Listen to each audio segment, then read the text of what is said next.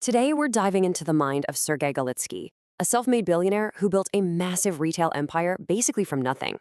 But here's the thing, this isn't your typical feel-good success story. Galitsky's philosophy pretty much goes against everything you hear about entrepreneurship, especially the idea that anyone can do it. So let's get into his very unconventional guide to business. And right out of the gate, he hits you with this. This is really the core of his whole worldview. So forget all the motivational posters that say you can be anything. Galitsky is saying, no, you can't. He believes that being an entrepreneur is a specialized skill, kind of like being a surgeon or a concert pianist. It's not something you can just pick up from a book or decide to do on a whim. You're either born with a knack for it or you're not.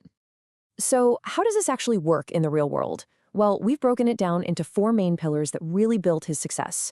First, that business is a calling, not a choice. Second, that your main tool is logic. Third, the strategy to look where no one else is. And finally, how to find motivation when money just doesn't matter anymore. Okay, let's dig into that first pillar. For Galitsky, the whole journey of a business doesn't start with some brilliant idea or a fancy business plan.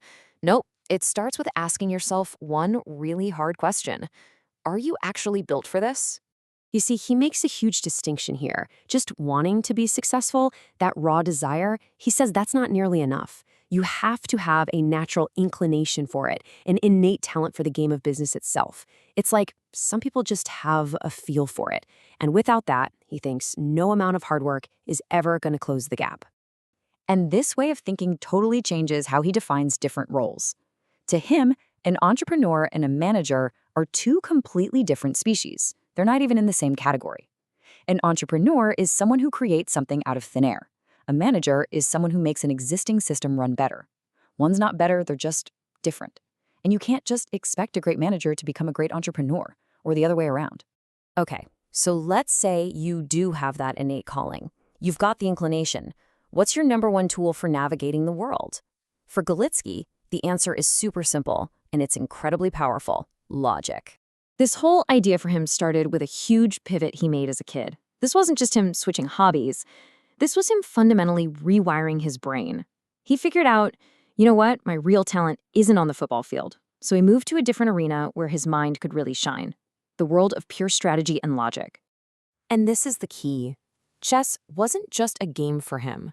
It taught him a whole new way of thinking. It was like installing a new operating system in his brain, one built entirely on logic. And that became the platform for every single business decision he would ever make. He says that disciplined, logical thinking was the essential foundation for everything he built. Now we get to the strategy part. So you've got the entrepreneurial knack and you've got a brain trained in logic. Where do you point all that energy? Galitsky's answer is simple: go where the crowds aren't.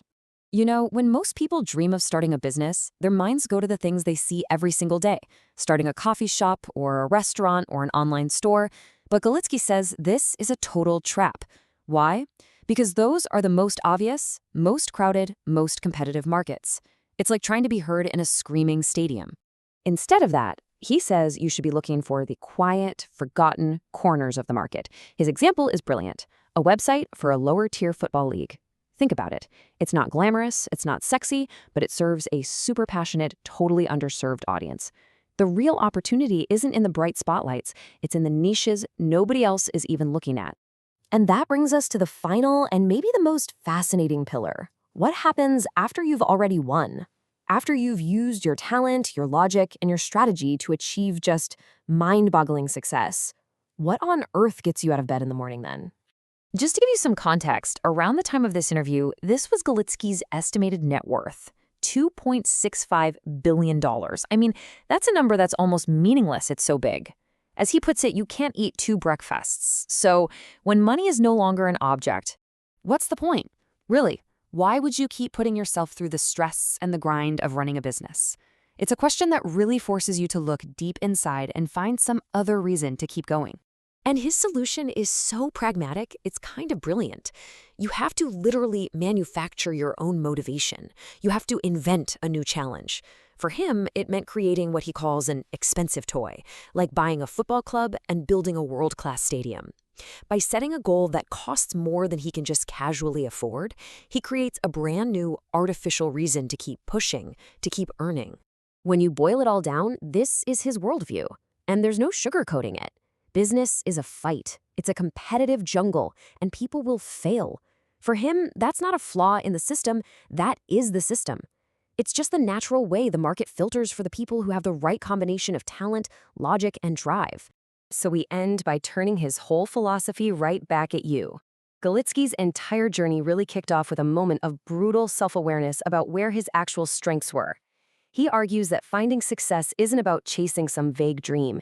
It's about figuring out what you are uniquely built to do. So the final question he leaves us with isn't, what do you want to be? It's something much more direct. In what are you genuinely stronger than others?